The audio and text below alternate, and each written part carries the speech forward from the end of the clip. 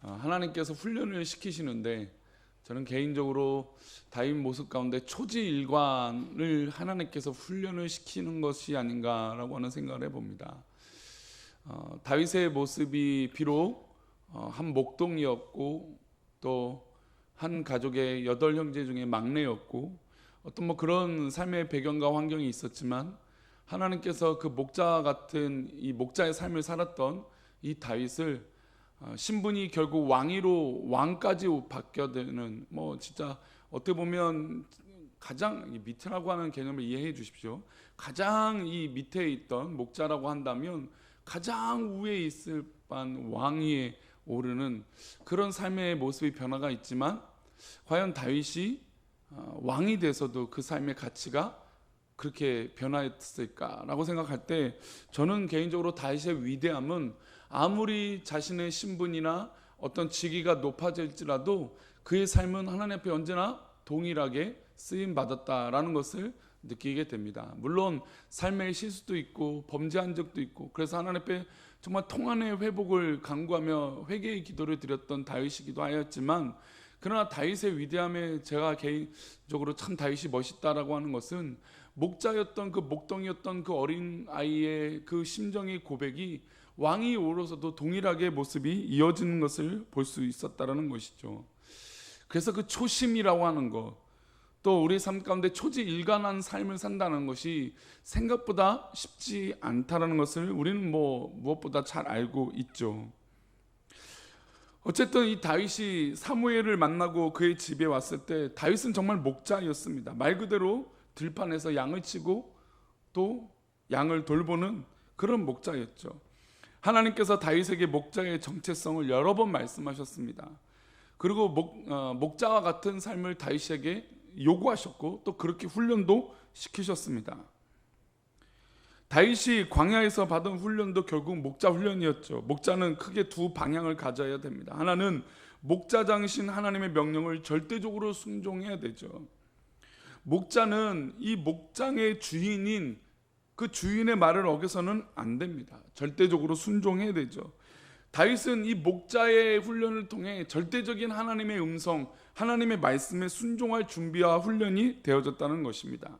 지금 내 눈앞에 있는 양들은 내가 돌보는 양이지만 임의로 내 마음대로 쳐보거나 내 마음대로 할 수 있는 양 한 마리도 없다는 것이죠. 목자장에게 물어봐야 된다는 겁니다. 이 양은 어떻게 하면 좋을까요?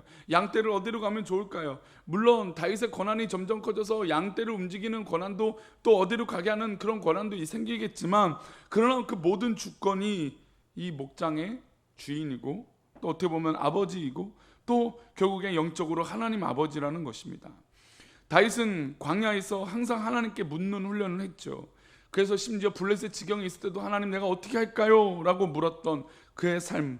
그러나 한시라도 하나님 앞에 묻지 않으면 조금도 바르게 설 수 없었던 그의 삶의 훈련을 통해 언제나 어디서나 하나님 앞에 기도했던 또 기도하는 훈련을 하게 되었다는 것입니다.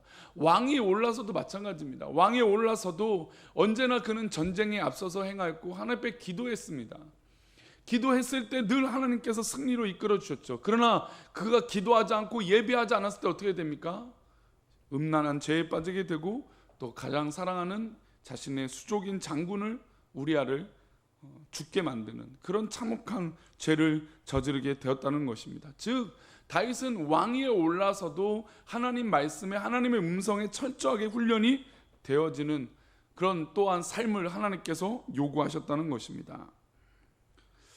그래서 그는 외롭고 광야에서 하나님께 아버지께 묻고 또 물을 수밖에 없습니다. 왜냐하면 자신이 죽음의 위기에 또 사울 왕의 어떤 그런 이 추격에 자신이 어떤 자신감을 가질 수 없는 그런 형편에 살았기 때문이죠. 또 아래는 어떻습니까? 양떼들을 성실히 돌봐야 됩니다. 주인의 음성에 순종하기도 해야 되지만 양떼를 돌봐야 되는 그런 기본적인 삶의 모습이 있다는 것입니다. 실제로 이 다윗이 사울을 펴서 도망 다닐 때 400여 명이 넘는 사람들, 즉 600명이나 가까이 되는 이 양떼들을 데리고 광야에서 몇 년을 지내게 되냐면 적어도 15년 이상을 지내게 됩니다. 그는 광야에서 혼자가 아니라 사람들을 데리고 다녔고 또 그들을 일일이 챙겼어야만 합니다. 얼마나 힘들었을까요? 게다가 그 600명에 가까운 사람들은 절대적으로 다윗을 신뢰하는 그런 사람들이었습니다. 그래서 다윗이 하는 말 한마디, 또 표정 한마디, 표정하는 보여지는 그런 모습 한 모습만으로도 이 모든 사람들, 다윗만 믿고 바라보고 있는 이 사람들이 휘어청거릴 수도 있고 아니면 때로는 웃을 수도 있었다는 것입니다. 혼자 몸이면 숨어 다니기도 용이하지만 600명이 다니면 다 티가 나기 때문이죠. 근데 하나님은 그때마다 다윗에게 너는 목자다, 이 600명에 가까운 사람들을 이 양떼를 버려서는 안 된다라고 하는 그 훈련을 깨닫게 하시고 사랑하게 만드셨다는 것입니다. 그래서 제가 뭐 늘 이제 한국 목회자 얘기하면서 저를 훈련하기 위해서 계속 이렇게 강단에서 저에 대한 이야기들을 하지만 하나님께서 저에게도 또 이런 훈련을 하시는 것 같아요. 물론 아직도 부족하고 연약한 것은 사실이지만 하나님께서 저의 어떤 그런 이 영적인 모습이나 또 목사로서, 담임 목사로서의 삶의 모습을 통해서 저를 기대하고 저를 위해서 응원하고 또 저를 위해서 기도해 주는 우리 성도님들 앞에서 제가 정말 어떤 자세로 있어야 되느냐, 군림하는 리더의 모습으로냐, 아니면 정말 이 목자의 심정으로 양떼를 돌봐야 되는가. 제가 목사로 안수받을 때도 늘 이 말이 저희 목사들에겐 따라오는 표현입니다. 목자의 음성으로, 목자의 모습으로 양육하고 또 교회를 이끌어 가야 된다라는 것을 늘 이야기를 들었어요. 그런데 이 목회자들, 또 뭐 저를 포함해서 우리 성도님들 늘 사랑해 주니까 그 사랑이 당연하게 여겨질 때가 많다라는 것이죠. 그러다 보니까 그 사랑에 정말 감사하지 못하고 내가 이만큼 했던 사람이야 그러니까 그 위치가 점점 군림하려고 하는 위치로, 권위적인 영적인 정말 철저한 그 영적인 권위가 아니라 인간적인 권위로, 인간적인 어떤 그런 모습으로 성도들에게 대하는 경우가 생긴다는 것이죠. 그래서 저에게도 이 말씀이 적용되지만 우리 모든 성도님들에게도 정말 이 목자의 모습이 사모함으로 있기를 축복합니다. 우리는 하나님께서 어떤 그런 높은 직위로 만드실 수도 있어요. 그러나 우리를 언제나 양떼를 돌보는 목자로 부르셨다는 것입니다. 그 목자는 양을 쉽게 버려서는 안 된다는 것이죠. 그 훈련을 다윗에게 하나님께서 하셨다는 것입니다. 오늘 본문은 이런 목자 의식을 가지고 살아가는 그에게 2명의 악인이 찾아옵니다. 물론 이 악인의 평가가 또 달라질 수도 있지만, 그러나 다윗의 전체적인 삶을 볼 때 다윗이 전혀 기뻐하지 않은 사람이 2명이 옵니다. 이 두 사람은 어떤 사람이냐면 이 사울 왕의 자녀였던 이스보셋을 죽인 사람들입니다. 우리 6절과 7절의 말씀인데요, 우리 2절의 말씀 보겠습니다. 6절과 7절입니다. 레갑과 그의 형제 바나가 밀을 가지러 온채하고 집 가운데로 들어가서 그의 배를 찌르고 도망하였더라. 그들이 집에 들어가니 이스보셋이 침실에서 침상 위에 누워 있는지라. 그를 쳐 죽이고 목을 베어 그의 머리를 가지고 밤새도록 아라바 길로 가. 이스라엘 왕은 이스보셋이었지만 실제적인 모든 권한은 아브넬이었습니다. 어제 말씀드린 대로 그 아브넬 군대 장관은 결국 요압이라고 하는 이 장관, 자기의 동생을 죽였던 이 아브넬을 몰래 불러다가 그를 죽이는 그런 일을 벌였습니다. 결국 무주공산이 된 북이스라엘, 북이스라엘이 지금은 북이스라엘이라고 말할 수는 없지만 이 11지파, 즉 사울왕을 이 가문을 중심으로 버티고 있었던 11가문에 가장 영향력 있고 권력 있던 사람이 죽게 되었다는 것입니다.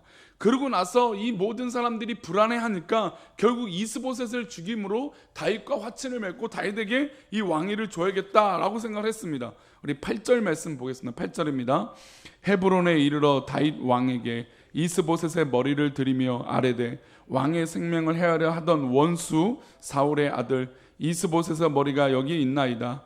여호와께서 오늘 우리 주 대신 왕의 원수를 사울과 그의 자손에게 갚으셨나이다 하니. 자, 여기까지 보면 우리가 권력 지향적으로 보고 성공 지향적으로 보면 얼마나 잘 되었습니까? 자기가 피도 보지 않고 자기가 어떤 그런 군사를 이끌어서 전쟁을 치르지도 않아도 이 사람들이 그냥 왕이 되어 주십시오, 이스보셋의 머리가 여기 있습니다라고 하는 그런 이 어떤 이 화친 아니면 청탁 이런 것들이 있게 된 것이죠. 그러면 우리가 잘 알고 있는 이 목자의 심정을 가지고 있었던 다윗은 어땠을까요? 기뻐했을까요? 기뻐할 리가 없습니다.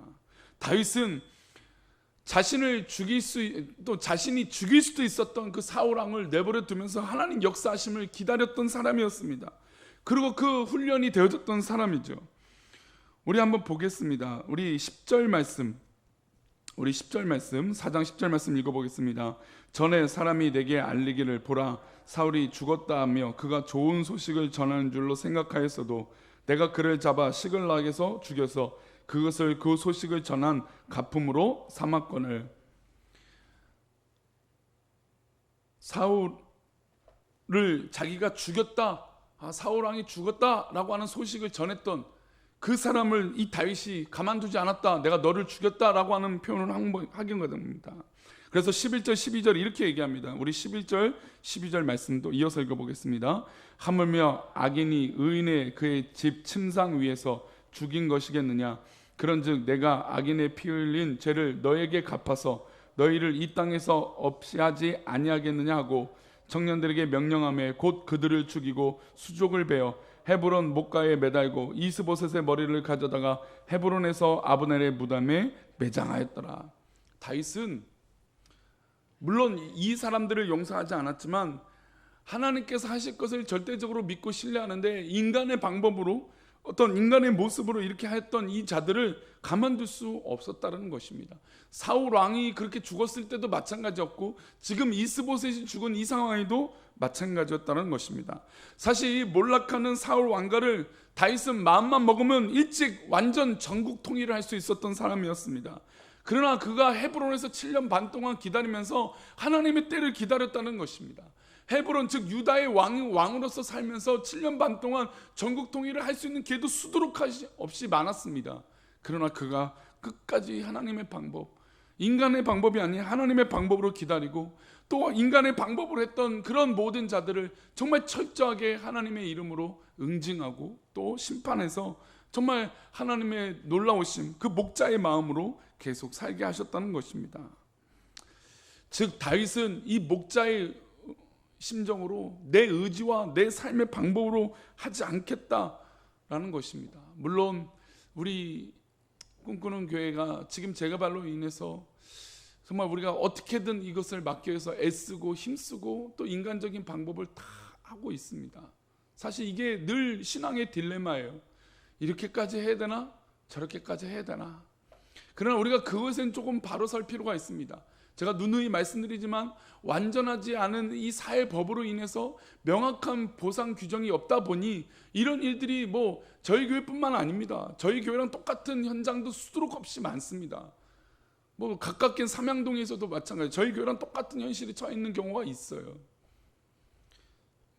분양 신청을 하든 안 하든 다 똑같아요. 어디 재개발 지역 가든 교회가 다 그렇습니다. 그것 때문에 우리가 이렇게 되고 있는 것이지. 그래서 우리가 준비할 수 있는 것은 준비하는 것이지만, 그러나 이 와중에도 우리는 어떤 마음으로 또 하나님 앞에 있어야 될까요? 하나님의 뜻이 우리 교회 가운데, 또 우리 교회가 정말 하나님의 뜻을 더 붙들 수 있도록 힘쓰고 기도해야 될 줄 믿습니다. 그러면 하나님께서 분명히 우리 교회를 세우신 그 정체성대로 사용하지 않으시겠습니까? 결국 하나님께서 다윗을 전국 통일시킨, 그리고 이 사울의 왕 때보다 더 부강하고 왕성하고 정말 멋진, 그리고 이스라엘 역사 가운데 가장 위대했던 그런 황금길을 걸어가게 했던 다윗으로 하나님께서 세워주셨다는 것입니다. 우리의 삶의 모습 가운데 정말 철저하게 하나님의 음성, 하나님의 부르심에 순종하며 나아가는 그런 하나님의 뜻에 기쁨으로 서 있는 우리 사랑하는 성도님 되시기를 축복합니다. 우리 맥체인 성경 읽기표 고린도전서 15장의 말씀 한번 보겠습니다.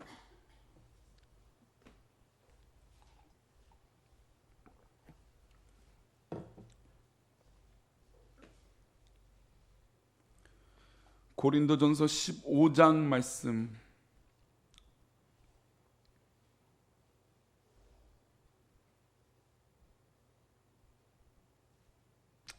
우리가 이 세상 가운데 상황이 변하고 또 여건이 변해서 우리가 또 우리의 의지가 약해지는 일이 있을 수 있습니다. 그러나 그때마다 우리는 정말 하나님 역사하심을 믿고 그 실패감을 주고 약해지게 만들려고 하는 모든 것에서 우리는 이겨야 될 줄 믿습니다. 그리고 결국 우리의 내면을 돌아봐야 돼요. 내면에 과연 어떤 것이 채워져야 되는 것인가?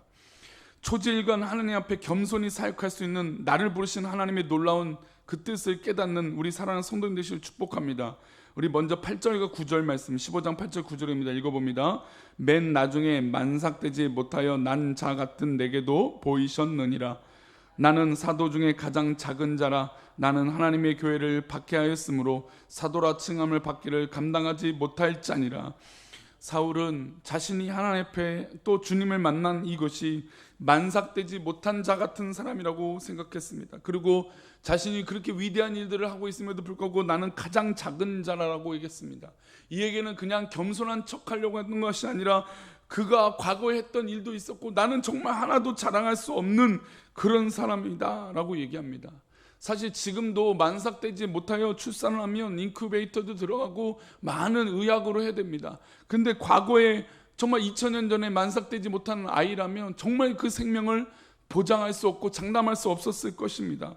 그러나 그런 처지와 같은 이 아이와 같은 모습이 바로 사도 바울 자신이라는 것입니다.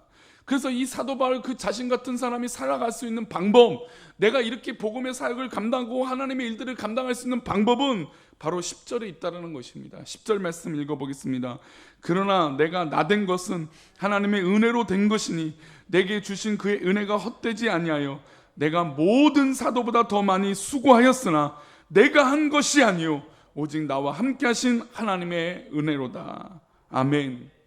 다윗이 광야의 생활을 15년을 넘게 도망다니면서 또 600명이 넘는 사람들을 케어하고 돌보는 그 순간에도 또 어려서 목자의 목동이었던 그 모든 것도, 그리고 골리앗을 물리쳤던 그 순간에도, 그리고 지금 왕이 오를 수 있는 그 순간에도 그가 하나님 앞에 고백한 것은 지금 나 된 것은 하나님의 은혜요 하나님의 인도하심이라는 것이죠. 그 연장선에 바울 사도도 마찬가지입니다. 그가 지금 이렇게 된 것은 하나님의 은혜가 있었기 때문에 가능한 것이죠. 그래서 내게 주신 그의 은혜가 헛되지 아니하여 내가 모든 사도보다 더 많이 수고했다는 것입니다. 수고했으면 자랑할 만합니다. 수고했으면 내 것이라고 이야기해도 됩니다. 수고했으면 내 능력이라고 말해도 좋습니다. 그러나 그가 내가 한 것이 아니고 오직 나와 함께 하신 하나님의 은혜라고 고백하고 있다는 것이죠. 사랑하는 성도님들, 우리는 이 하나님의 은혜로 살아가는 인생들입니다. 그러나 인간적인 마음으로 자꾸 내가 했고 내가 한다라고 생각하는 그런 너무 어린 아이와 같은 모습 가운데 살아갈 때가 있다는 것이죠. 그래서 우리는 더욱더 그것을 깨닫는 계기가 되었다는 것입니다. 우리가 아무리 힘써도 안 되는 건 안 되는 거고, 우리가 아무리 해도 안 될 때 하나님 하시면 된다는 것을 깨닫게 하시는 놀라운 기간인 줄 믿습니다. 이때 정말 우리와 함께 하신 하나님을 더욱더 신뢰함으로 정말 깨워서 기도하시는 귀한 우리 사랑하는 성도님 되시기를 축복합니다. 나의 나된 것은 하나님의 은혜로 된 것입니다. 기도하겠습니다. 하나님,